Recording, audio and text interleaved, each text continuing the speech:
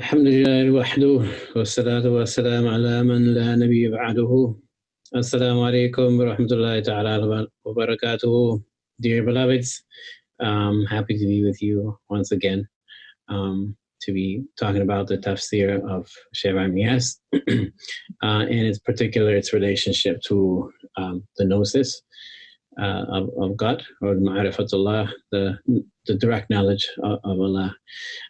As I promised, I did want to speak about, as a way of concluding this discussion, about the knowledge of self in the Quran, according to Shaykh Yes. Now, of course, this is derived from the hadith, who knows himself knows his Lord, although Shaykh doesn't quote this directly, at least not in the verses that I was looking at.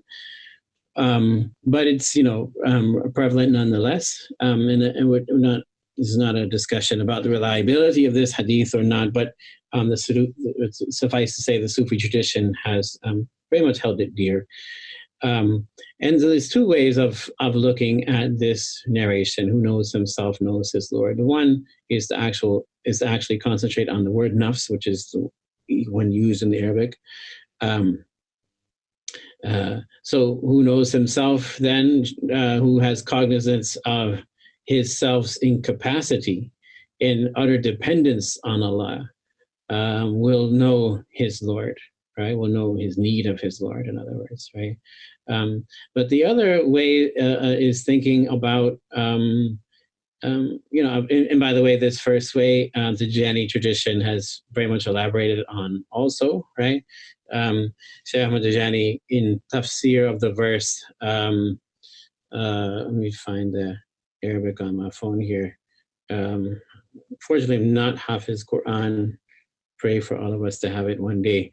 But he said, so this is the verse, Sunnatullahi fil ladhina khallu min qablu walan tajra li sunnatillahi tabdila, right? That is the sunnah, or the way of Allah, for those who went before you, and you will not find any change in the way of Allah.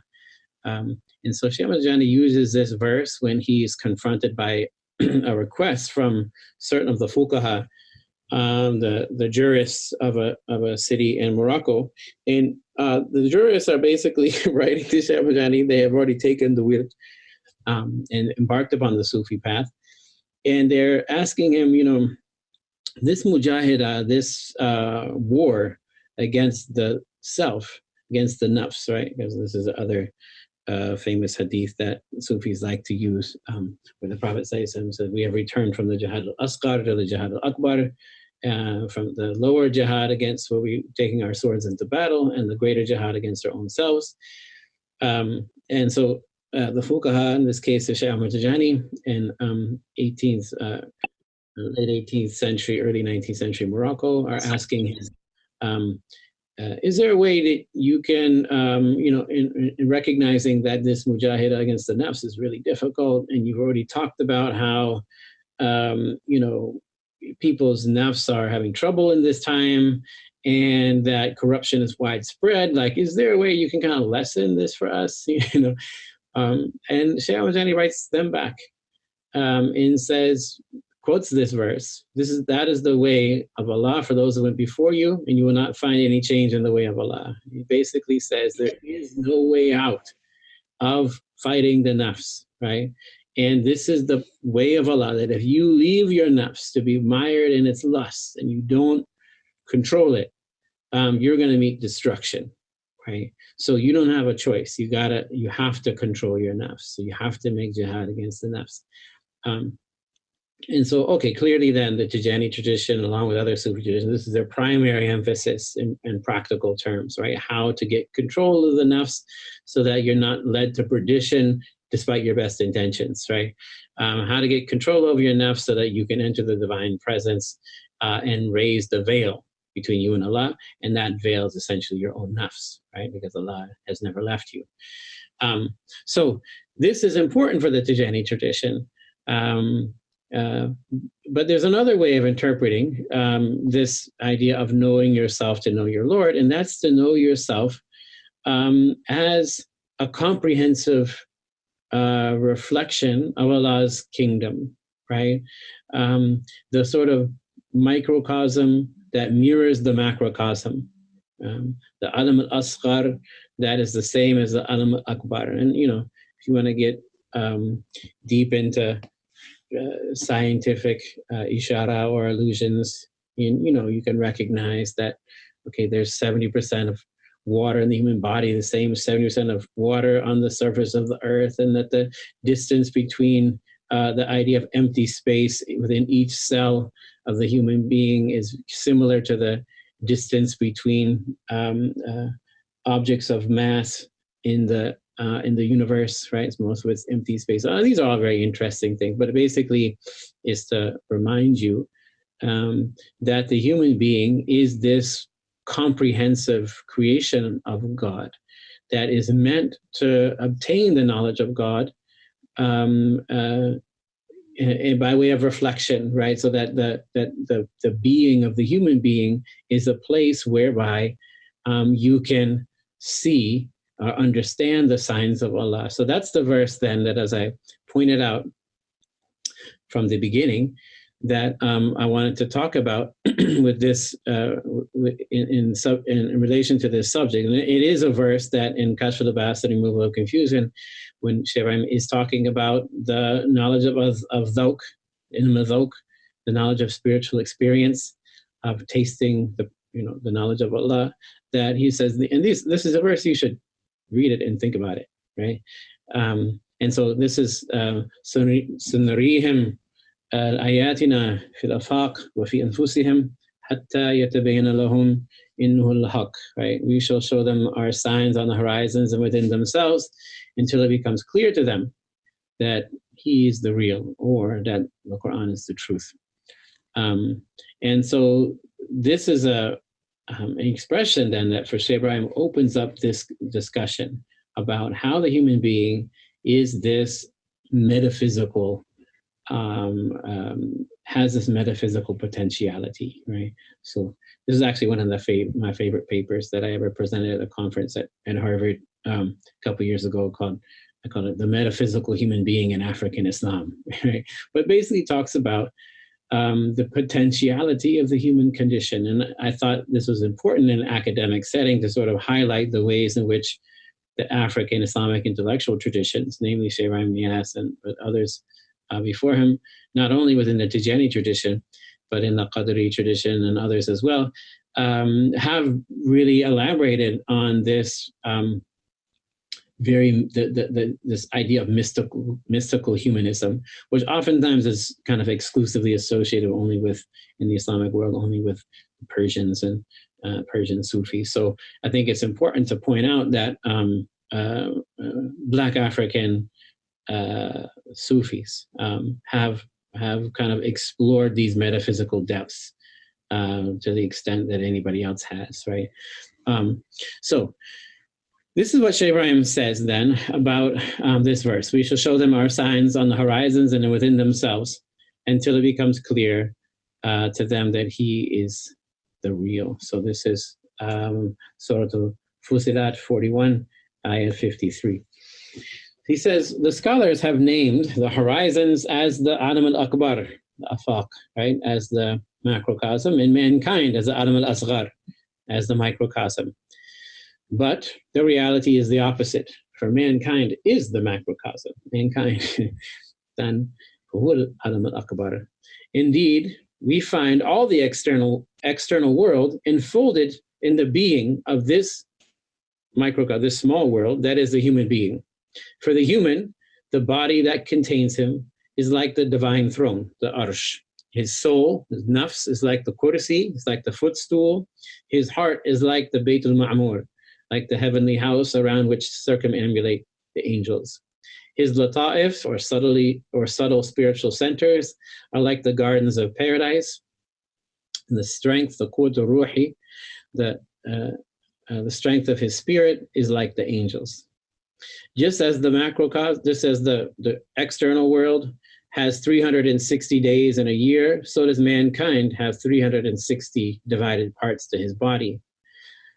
The external world has 7 heavens and 7 earths. Mankind has 7 substances: skin, muscle, fat, bone, perspiration, brain, and blood, and each type is unlike the other.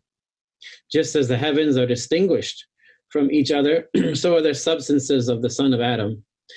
The external world proceeds according to the influence of the 12 signs of the zodiac, Makinat al-Buruj, by which Allah swears, وَالسَّمَاءِ ذَاتِ الْبُرُوجِ, by the heavens in the zodiac, and Surah 85. The zodiac has 12 signs. In mankind, there are 2 eyes, 2 ears, 2 nostrils, 2 exits, the mouth and the navel. The external world has 7 orbits, stars and the 5 planets, i.e. those that are visible from Earth, the moon, and the sun. And these 7 are the movements of the universe. In mankind, there is the power of sight, taste, hearing, smell, touch, or the 5 senses, and the power of speech and the power of intelligence. The 5 senses derive support from speech, and speech derives support from the intellect. The stars and the 5 planets are less or derive support and light from the moon, or less in light than the moon, and the moon derives support from the sun. Shaivam continues, if a person faces you, this is like a mountainous edifice. If he turns his back, this is like a deserted wasteland. If he is happy, this is like the daylight. If he is sad, it is like nighttime. If he smiles, it is like the flash of lightning.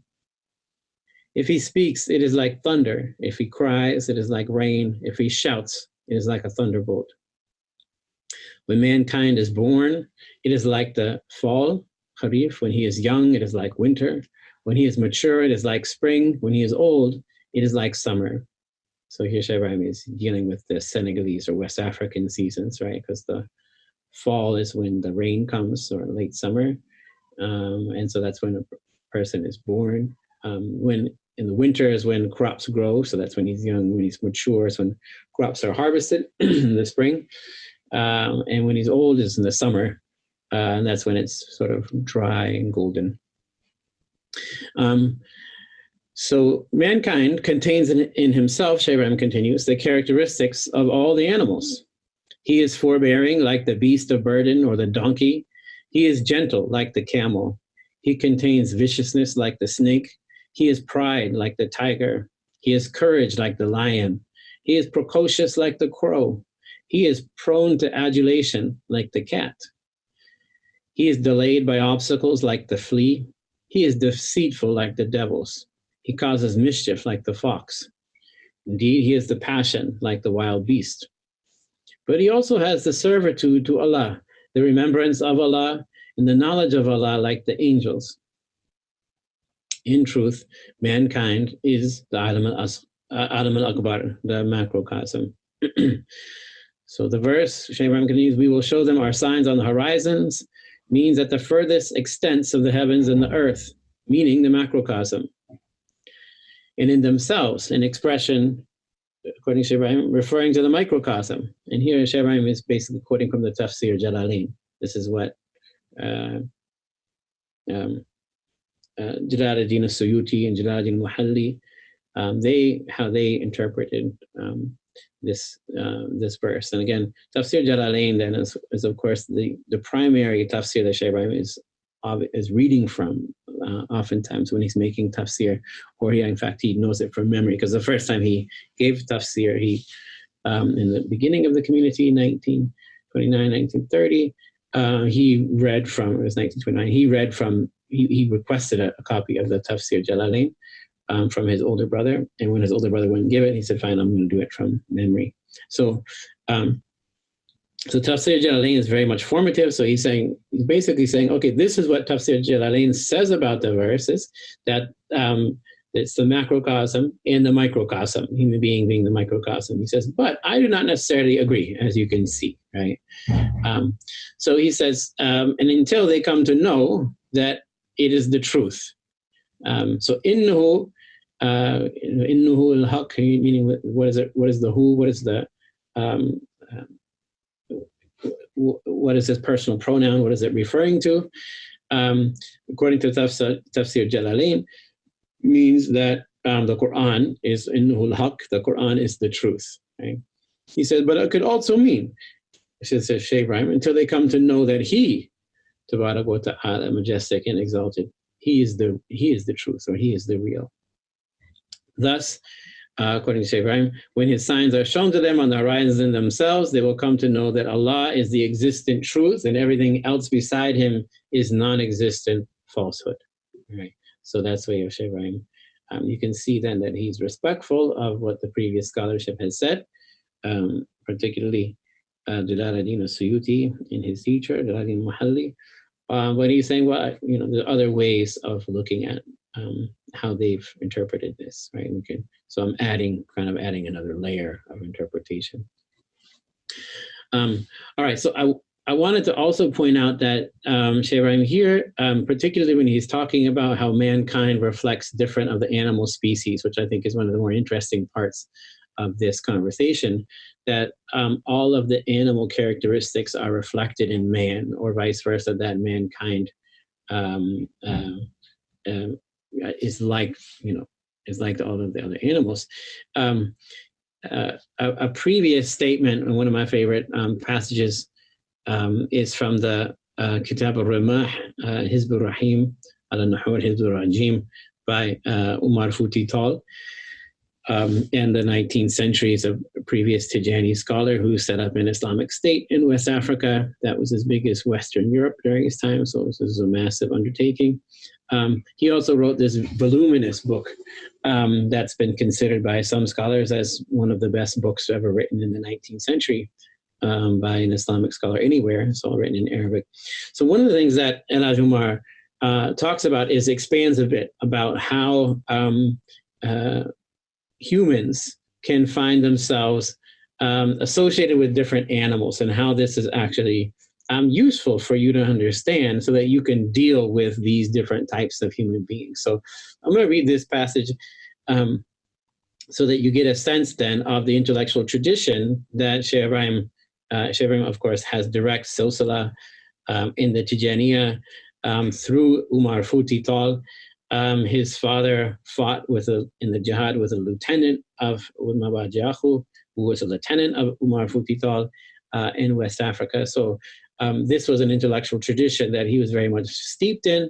And this passage would have been something that he was probably thinking about when he mentioned this idea that human beings have courage like a lion, precociousness like a crow, procrastination like a cat, etc. So this is what Umar Futi Tal says about the relationship of human beings to animals. He says, if you notice that a person does not match the normal character of human beings, you must consider which of the animals resembles him in character, then link him to it and treat him accordingly. So you can be safe from him and he can be safe from you. If you notice that a man is morally ignorant, temperamentally crude, physically strong, and potentially dangerous, you must assign him to the realm of the tigers. For the Arabs have a saying, more ignorant than a tiger. If you happen to see a tiger, you would keep your distance from it, and you would certainly not quarrel with it. So you must treat that man in the same fashion. Now, if you notice that a certain person has the character of a stealthy thief, you must assign him to the realm of the monkeys, for he may pilfer the contents of your saddlebags. So you must refrain from quarreling with him and safeguard your luggage. If you notice that a man is given to assaulting people's reputations, you must assign him to the realm of the dogs, since it is their habit to be rough with a person who does not treat them roughly, and to set about annoying someone who does not bother them. You must therefore refrain from quarreling with such a man when he assaults your reputation, and simply treat him like a dog that barks at you. Just go about your business and do not hurl abuse at him. If you notice that a certain person is disposed to disagreement for no good reason, if you say yes, he automatically says no, and if you say no, he automatically says yes, you must assign him to the realm of the donkeys. For the habit of the donkey is to move away when you approach it and to draw near when you move away from it. You should therefore make friends with the donkey, neither abuse him nor part company with him. If you notice that a man is interested in people's private parts, you must assign him to the realm of the flies, for they alight on the body, searching only for the sight of blood and filth. You must chase that man away and pay no attention to him, just as you would treat a fly.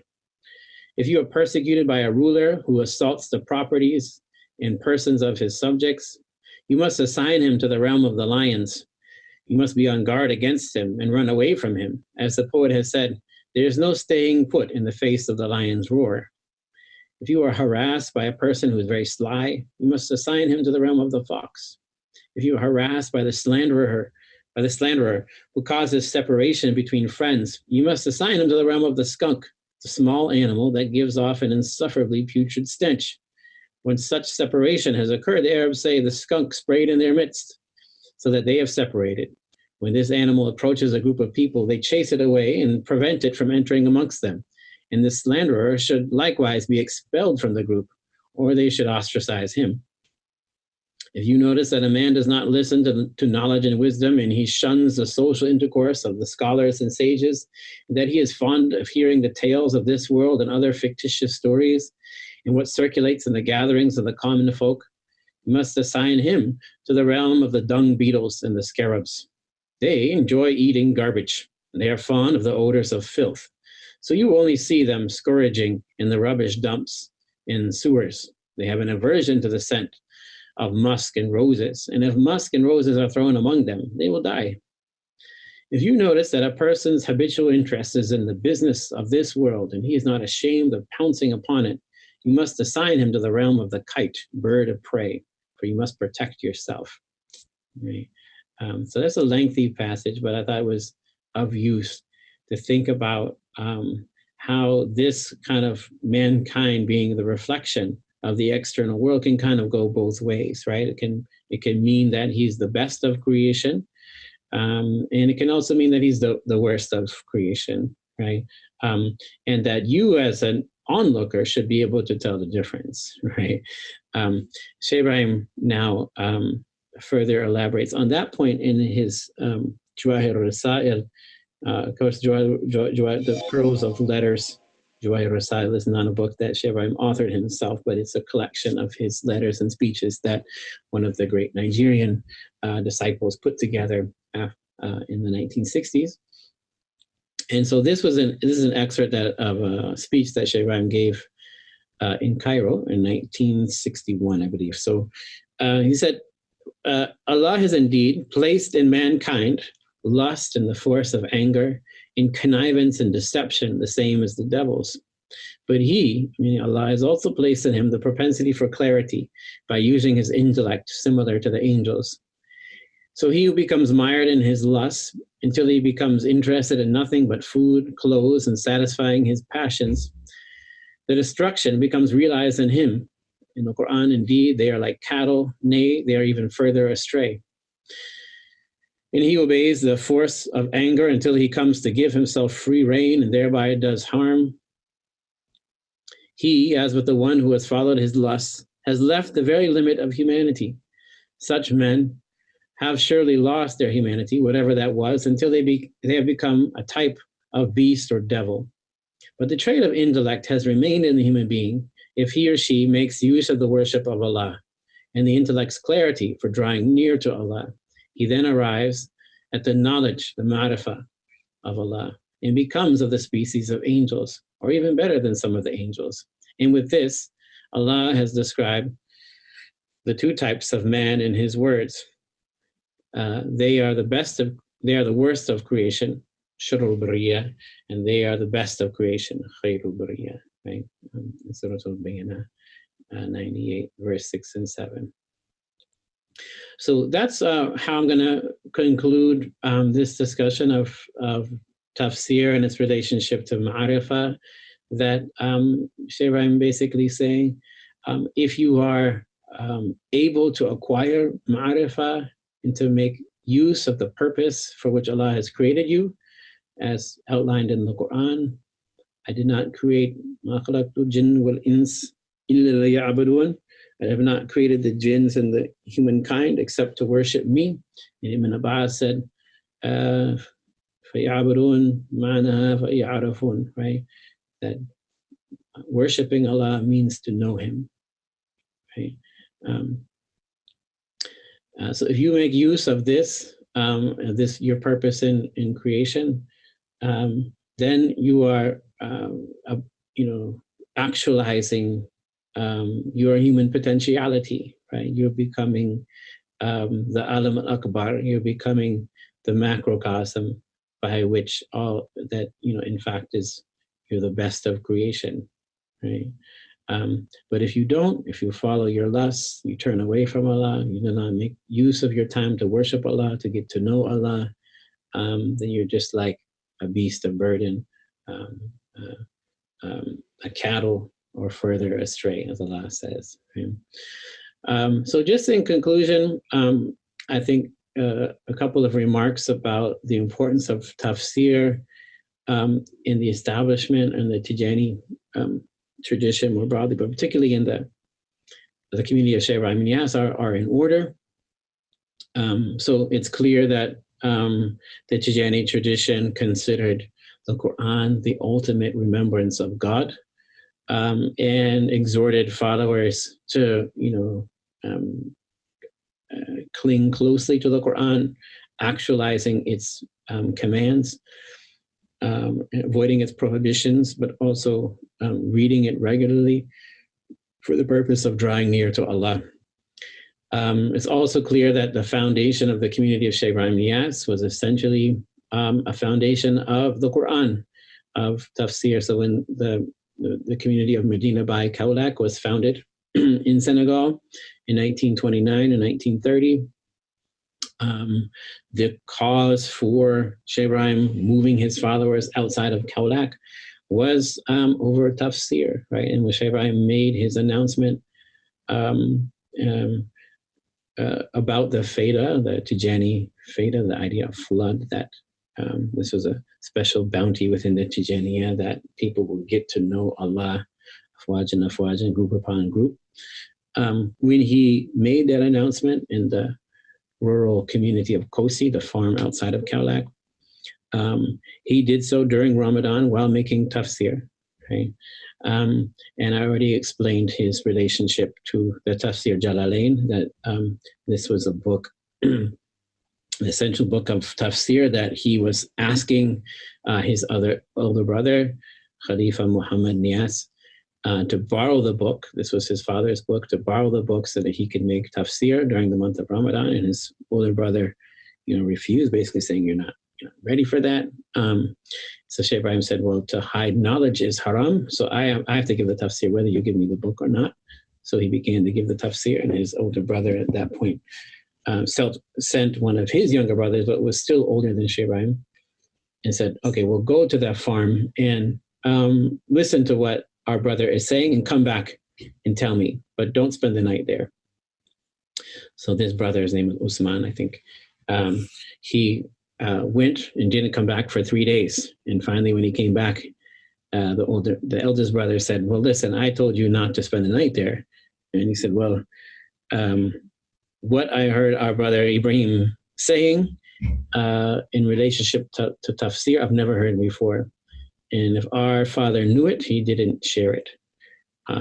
So as for you, you can do what you want. Me, I'm going back to Kosi to hear more of our brothers Ibrahim's tafsir, right?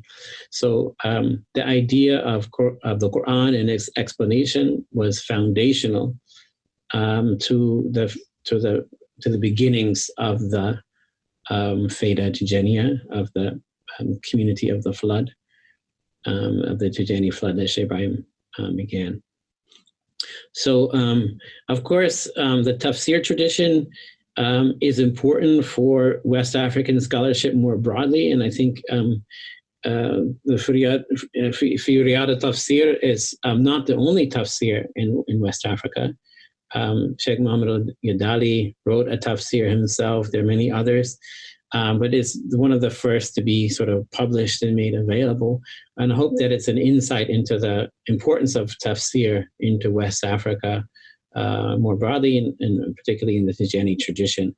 But it's very clear that West African Sufism, in North African Sufism, out of which the Tijaniya became an inheritor, was very much insistent on the relationship between Sufism and the Quran and the Sunnah. And in fact, so Mukhtar Kunti was this great Qadri Sheikh, died in 1811 from kind of Mauritania, Mali area today. And when he talks about the highest of spiritual ranks, the Qutbaniya, for example, he always associates them with the sort of greatest knowledge of Quran. And I think Shaykh Ibrahim is also sort of reflecting that and incorporating that back into his his own writings, that the foundation of his knowledge is the Quran itself, right? And so when he talks about the rise and fall and the fortunes in the Muslim world, he says, look, Umar ibn Khattab, right, the second caliph of Islam, conquered half the known world of his time, right? Set up a great Islamic state. Didn't know any engineering, algebra, didn't know literature, right? Didn't have any other source of knowledge except for the Quran. Right? So he says, in history, it's not knowledge of science or knowledge of it's not the number of PhDs we have in our communities that defines whether the Muslim world is strong or not. The Muslim world is strong or not whether they stick to the Quran or they go away from it. Right? Of course, elsewhere he says, seek knowledge of all subjects, and for the youth especially, go ahead and be the vanguard of all things. So he doesn't see this as exclusive of getting PhDs, but in fact, when I went to go get my PhD, Sheikh Hassan, he said, yeah, you should do it. But, of course, you could write the same thing if you didn't have the PhD. But if you don't have the PhD, then nobody will listen to what you're saying, right? So utilitarian purpose, but it's useful nonetheless, right? And then, of course, knowledge of all things is beneficial. But so he's basically, Shaykh Ibrahim, again, is reminding us that the core of the Muslim community, whether you call yourself a Sufi or a Salafi or anything else, is the Quran. And that's something that all Muslims have to and need to and should agree on, right? And so Shaykh Ibrahim, and this is one of the interesting things about the educational system in Medina by Kaulak, is that it's not exclusive of Sufism, right? You don't have to be a Sufi to go study there. Many of the teachers that teach in the madrasa or in the majalis in this community and others around West Africa, not necessarily Sufi, right? They haven't taken a Sufi litany among others. They're studying the Quran, they're teaching the Quran, they're studying the Quran, they're teaching and learning tajweed, recitation of the Quran. So for Shaykh Ibrahim, then he's happy to bring in scholars from Azhar to come teach, even though they're not Sufi per se, and may in fact reject Sufism, right? So, but this was a case where there's a sort of common principles of understanding the centrality of the Quran.